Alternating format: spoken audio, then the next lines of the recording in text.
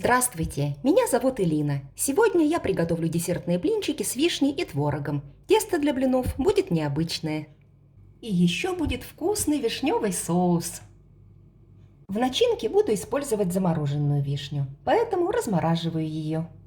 Необычный ингредиент для теста – это вишневый сок, точнее нектар, он содержит сахар, поэтому дополнительного сахара в тесте не будет. К молоку жирностью 3,2% вливаю вишневый нектар. Как видите, молоко с нектаром не свернулось. Эту смесь подогреваю на плите до чуть теплого состояния. Муку просеиваю в миску для замеса. Всыпаю соль и подливаю примерно 1/3 часть теплой жидкости. Перемешиваю венчиком до состояния без комочков. В процессе перемешивания понемногу подливаю жидкость. И опять перемешиваю, добиваюсь однородной консистенции. Яйца я заранее достала из холодильника и ввожу их в это густое тесто. Размешиваю. Вливаю остаток смеси молока и сока. Получается не слишком жидкое, а скорее густоватое блинное тесто. Блинчики я буду фаршировать, поэтому тоненькими они мне не нужны. Тесту нужно дать постоять 15-20 минут, чтобы клейковина муки набухла. Занимаюсь вишней, перекладываю ее в миску, всыпаю сахар и на медленном огне довожу до кипения. Провариваю 1 минуту и снимаю с огня. Отцеживаю ягоды от сиропа. В тесто добавляю растительное масло без запаха и разрыхлитель. Точное количество продуктов вы, как всегда, найдете в описании под этим видео. Для удобства переливаю тесто в емкость с носиком. Блинную сковородку смазываю растительным маслом без запаха и разогреваю ее. Наливаю на сковородку первую порцию теста. Выпекаю блины на огне чуть ниже максимального, из 9 возможных на 7. Когда блинчик поджарится с одной стороны, переворачиваю его на другую сторону. Готовый блин снимаю со сковороды. Первый блин получается не самым красивым, но он не комом. Обычно перед вторым и последующими блинчиками я сковородку маслом не смазываю, но это тесто необычное. Сейчас я проверю, как блины будут выпекаться и сниматься, и если они будут прилипать к сковороде, то смажу ее растительным маслом. Итак, второй блинчик на несмазанной сковородке.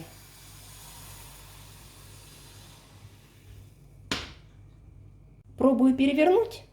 Ну, как видите, ничего не прилипло и переворачивается замечательно. Сковородку больше смазывать маслом не буду. Ну да, снимаются отлично. И таким образом выпекаю все остальное.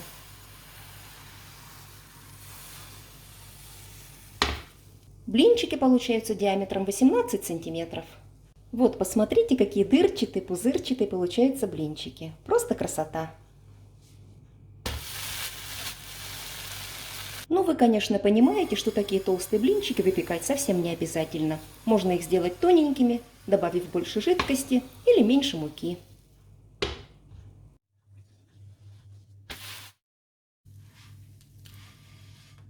Из этой порции получается 21 блинчик. Все они вышли одинаковые, хорошенькие, ни один не был комом. Приготовлю начинку. Беру 5% творог, добавляю немного сметаны, сахар и немного ванилина. Перемешиваю, чтобы получилась начинка однородной консистенции. Много сметаны добавлять не нужно, начинка должна быть вот такой густой. Блины к этому времени остыли, кладу блинчик красивой стороной вниз. Ближе к краю выкладываю творожную массу, примерно 1 столовую ложку с горкой. На творог кладу несколько ягод вишни и заворачиваю блинчик в рулетик.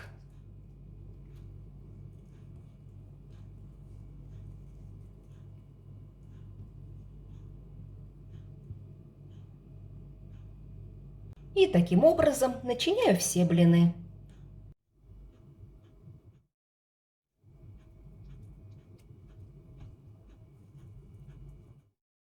Моего количества начинки хватило только на 15 блинчиков, так что учитывайте это и делайте начинки больше.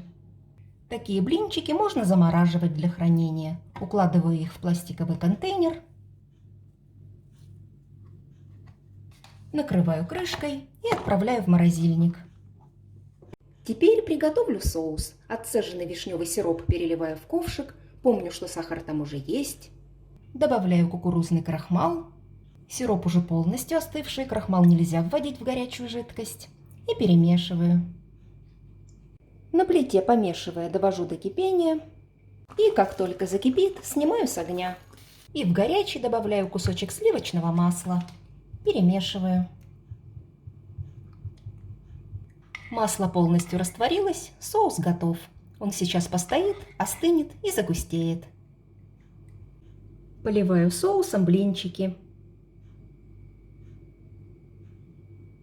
Попробую, что у меня получилось. Вот, посмотрите. На этом разрезе, правда, вишни не видно, но она там точно есть. Попробую. Как видите, начинки много, а вишня притаилась вот здесь. Блинчики получаются очень вкусные, в меру сладкие, так что к приготовлению их я рекомендую. Если вам понравились эти фаршированные блины творогом и вишней, то оставайтесь на моем канале, и вы найдете много простых рецептов вкусных блюд.